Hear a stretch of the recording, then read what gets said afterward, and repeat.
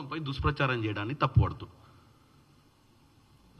Negative politics చేసేది మీరే, ఉన్న పాలసీలను ప్రజలకు మంచి జరుగుతుందంటే ఓర్వలేకపోతుంది మీరే. ఏదో విధంగా డెఫినెట్గా కాంగ్రెస్ పార్టీని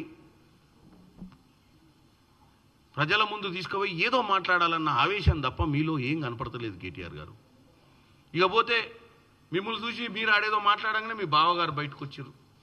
వచ్చి మీరు కూడా అన్నట్టుర్రు, ఒక లిక్కర్ రెవెన్యూ తప్ప ఏ రెవెన్యూ లేదు ఈ రాష్ట్రానికి అని. ఇక జిఎస్టీ అయితే 0% అని గ్రోత్.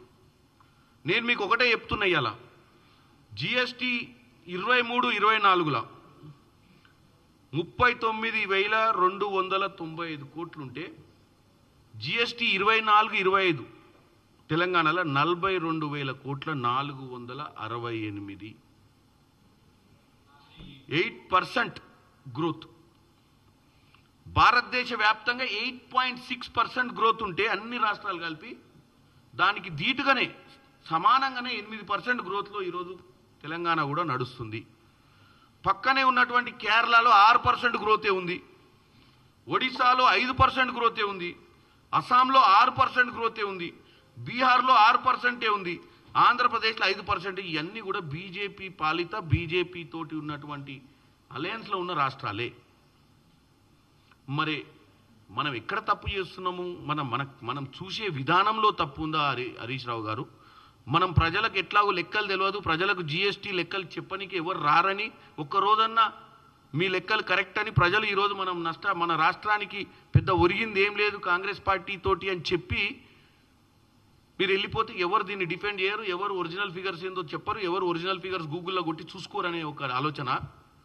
అంటే ప్రతిరోజు మీరు ప్రజలకు ఏదో ఒక సంకేతం ప్రభుత్వం చేస్తలేదని చెప్పడమే మీ కార్యంగా పెట్టుకురు. ఎందుకంటే ఒక 24 గంటలలో వీళ్ళు వచ్చి చెప్పే లోపు ప్రజలలోనైతే ఇది నాంతది కదా, నాటుకుంటుంది కదా, ప్రజలలో నెగిటివ్ ఒపీనియన్ క్రియేట్ చేస్తడమే లక్ష్యంగా ఇటు బామ్మడిది పొద్దున బావ మధ్యాహ్నం. ఇక పోతే మన ఏమంటారు కవిత గారు సబ్జెక్టు. ఇప్పుడు కవిత గారికి కంపల్సరీ గుర్తింపు అవసరం ఏర్పడ్డది. ఈ ఇంట్లో వెనకబడిపోయింది ఇలా రేస్లా. మధ్యన టీఆర్ నుంచి వచ్చిన తర్వాత ఏదో ఒక అంశం పట్టుకోవాలంటే మరి అడ్వైజర్ కరెక్ట్ అంశం చెప్తుండో లేదో, ఏ అడ్వైజర్ చెప్తుండో ఏమో అనుకోని సంబంధం లేని సబ్జెక్టులలో ఏలు పెట్టి జ్యోతిరావు పూలే విగ్రహం పెట్టాలని మీరు ఏదో ధర్నా చేస్తున్నారు. మీ నాయన ముఖ్యమంత్రి 10 సంవత్సరాలు ఉన్నప్పుడు అప్పుడు ఆ జాగ కనపడలేదా? అసెంబ్లీలో పెట్టాలన్న ఆలోచన రాలేదా? ఇలా కాంగ్రెస్ పార్టీకి జ్యోతిరావు పూలే గారి పేరు పెట్టాలని చెప్పాల్సిన అవసరం లేదు.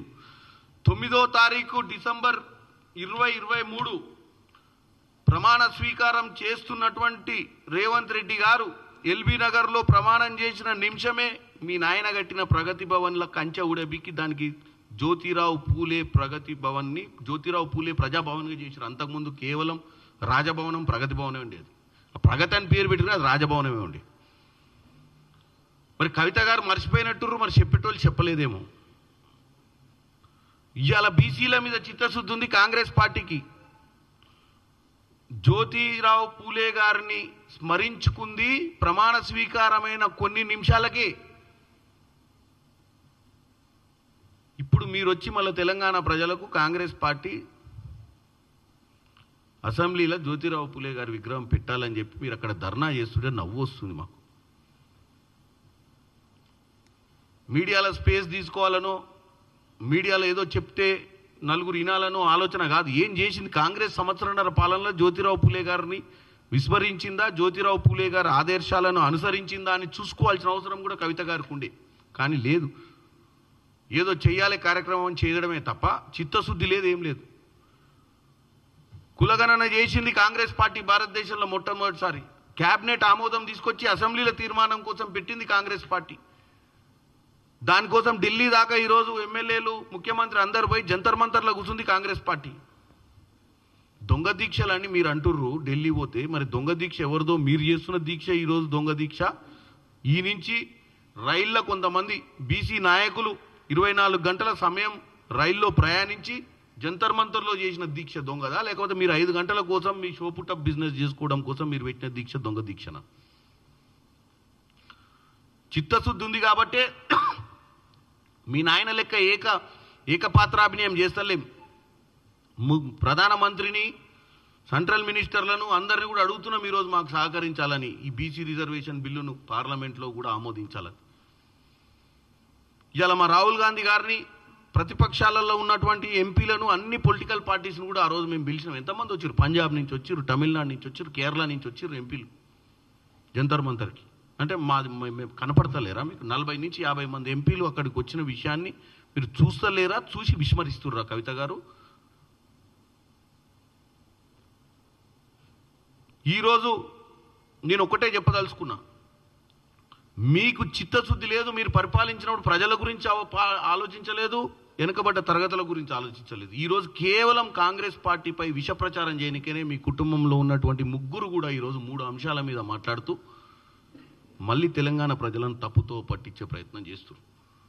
ఇక పోతే లాస్ట్కు బండి సంజయ్ గారు, ఆయన కూడా మాట్లాడుతూ, బండి సంజయ్ గారి గురించి ఎక్కువ చెప్పనవసరం లేదు. బండి సంజయ్ గారు తెలంగాణలో ల్యాండ్ కాగానే కార్పొరేటర్ అవుతాడు. సో ఆయన తెలంగాణకు రాగానే ఆయనలో పరకాయ ప్రవేశం చేశాడు కార్పొరేటర్.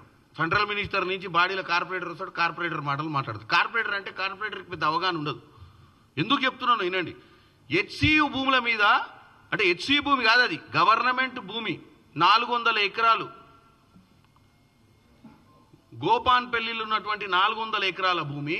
బండి సంజయ్ గారు మీరు ఒక్కటి చెప్పండి, ఈ 2003లో అమితాబ్ బచ్చన్ అడుగుతాడు కదా దాంట్లో క్వశ్చన్, కోన్ బనేగా కరోర్పతిలో. బండి సంజయ్ గారు మీకు ఒక ప్రశ్న వేస్తున్నాను. 2003లో ప్రధానమంత్రి ఎవరు? ఇందిరాగాంధీ.